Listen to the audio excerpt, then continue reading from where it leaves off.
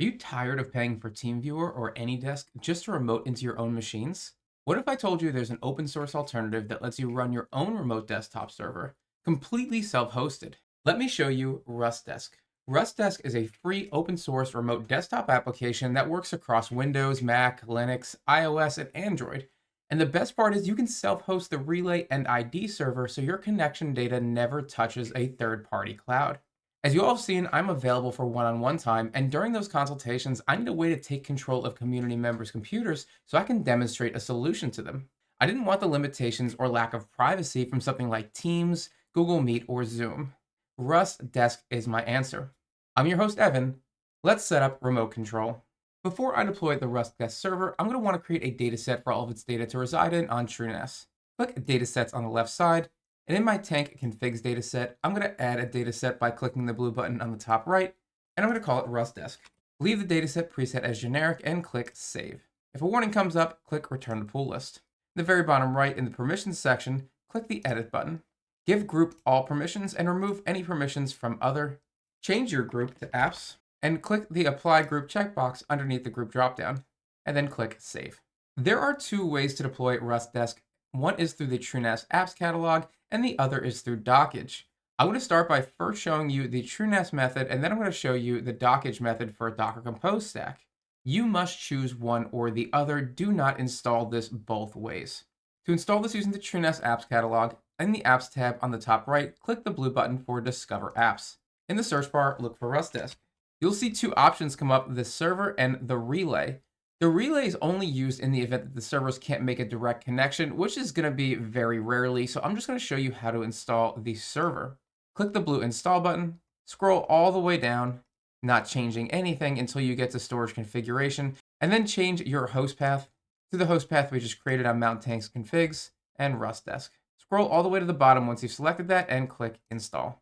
Once the app is up and running, we need to do one more thing, and that's grab our API key, which will be in the logs. Go ahead and click the row for RustDesk, and then in the very bottom right where it says Containers, find RustDesk, and then click the icon all the way on the right to view logs. When the pop-up comes up for the log details, just click Connect.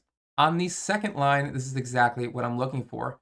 The first line shows me the private and public key was written to this file, and it shows me the key itself right here, and I'm going to need to copy this and note it down for later. Now let's use the second option and deploy it directly through something like Dockge.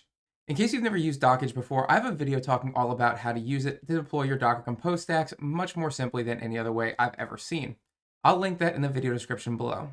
In the top left, click the plus compose button and give our stack a name, and I'm just going to call ours RustDesk. Remove all the placeholder information on the right, and then jump over to the wiki. In the top search bar, you can search for RustDesk. I've already pulled up that page to save us some time, and I'm just going to need to copy everything from the Docker section. Jump back to Dockge, paste all that information, and make sure that your volume mounts are correct. In my case, I put the dataset on Mount Tank Configs RustDesk, but if your pool is named something else or you put your dataset somewhere else, this is where you're going to want to make that change. Once that's done, click Deploy. Just like last time, in the logs section down here, we're going to want to scroll all the way to the top. We can see for the teal colored HBBS that the key was indeed printed out. So I'm going to want to scroll down until I see the next teal colored entry in my terminal.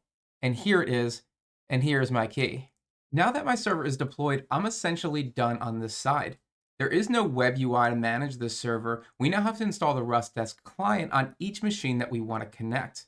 Let's jump back to RustDesk. In the very top right, I'm going to click Download. This is going to jump me to the GitHub page, and this is completely correct, even though you're getting this big pink warning banner. Unfortunately, many people use scammers to try and trick people into downloading this. As you guys know, I'm not a scammer, and this is only for your use. Because I'm on Windows right now, I'm going to look at the x86-64 architecture for Windows and download the good old exe file. Once that's done, I'm going to click it to install, and here it is. By default, it's pointed at the publicly available RustDesk servers, which you do not want to use. We can also see this warning here about RustDesk needing to be installed to the system. I can click the install button, and it'll automatically create the install for me. And now it's been properly installed on my system, and I don't get that warning anymore. So we can see now it's trying to connect to the RustDesk network. And again, I don't want to use that. So in the top right, I'm going to click this 3-line hamburger menu, go over to network, and then click the unlock network settings. When the warning comes up, just click yes. I want to click the ID and relay server, and I'm just going to use the ID and relay server of the local TrueNAS server I set this up on. To do it properly, I'm going to want to put this behind a reverse proxy. and punch a hole in my router. Now there's another option to doing that. We jump back to the wiki. In section 2, it says expose via NetBird Cloud Reverse Proxy. NetBird is in the process right now of allowing people that have cloud-hosted NetBird to use TCP and UDP to forward traffic. That's very important because this is not run as a standard HTTP or HTTPS client, so we can't use something like a Cloudflare tunnel to make this work. We would need something like Pangolin, NetBird, or an Nginx proxy manager.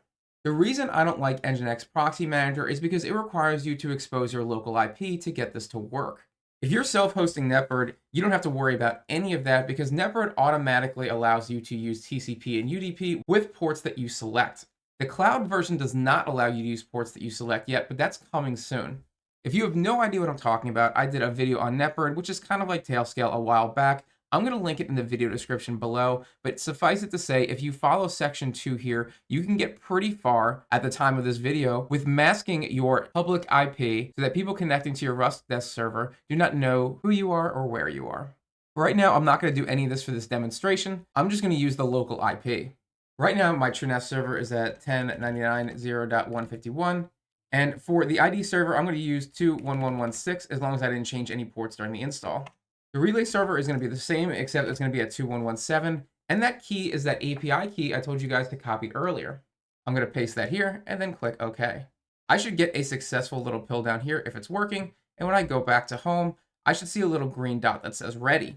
I have already installed this on another Windows laptop I have sitting around my house, so I'm going to enter the remote ID of that laptop, and then I'm going to click Connect.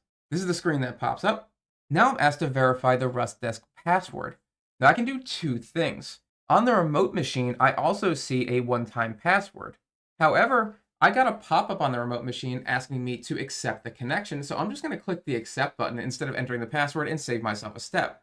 When I click Accept on the remote system, you can see this is it right here. Let's go ahead and make this a little bit bigger by clicking this square. And now I am controlling a laptop that is on my local network, sitting on my desk with me right now. It was that simple. RustDesk has some really cool features. At the top, when I click this little bar, we can see I have control actions here. I have the ability to use clipboards, transfer files, TCP tunnel, and I can even block the user input this way. When they move their mouse, I don't get my mouse overridden. And that's kind of important because if I'm moving my mouse and they're moving their mouse, we're basically fighting over the same control. I also have the ability to look at my image quality and really turn it up in the event that I need a higher resolution. I have virtual displays, and I can use all my displays for the remote session as well. So I can really set up a very interesting connection where I can use all of my monitors to do things. On my keyboard settings, I have the ability to just use mapping, change my input sources, and use all sorts of things for my mouse if I want to switch the mouse wheel, things like that. There is a text chat and a voice call feature, and I can record this session if I want.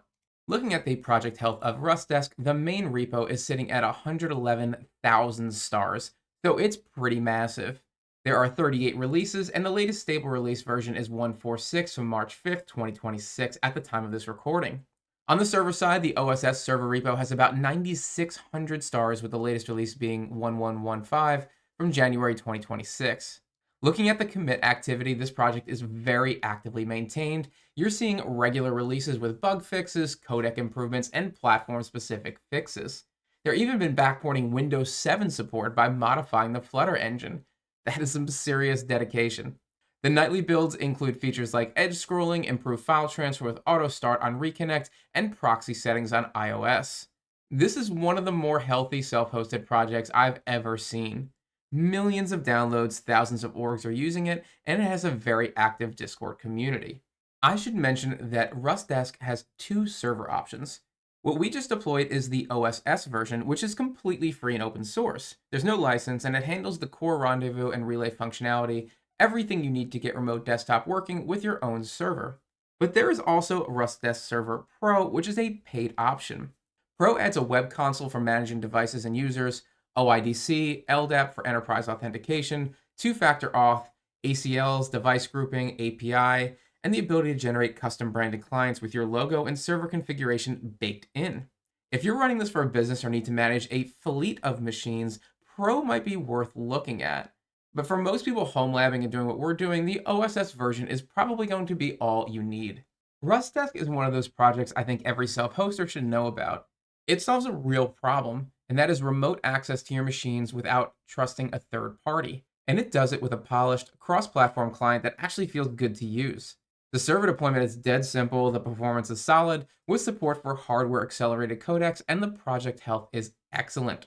The only thing I'd flag is that some of the more advanced management features are blocked behind the Pro version. For example, if you want a web dashboard to manage your devices or you want to generate custom clients with your branding, you'll need to pay for Pro. But honestly, for personal use and home lab use, the OSS version does everything you need it to.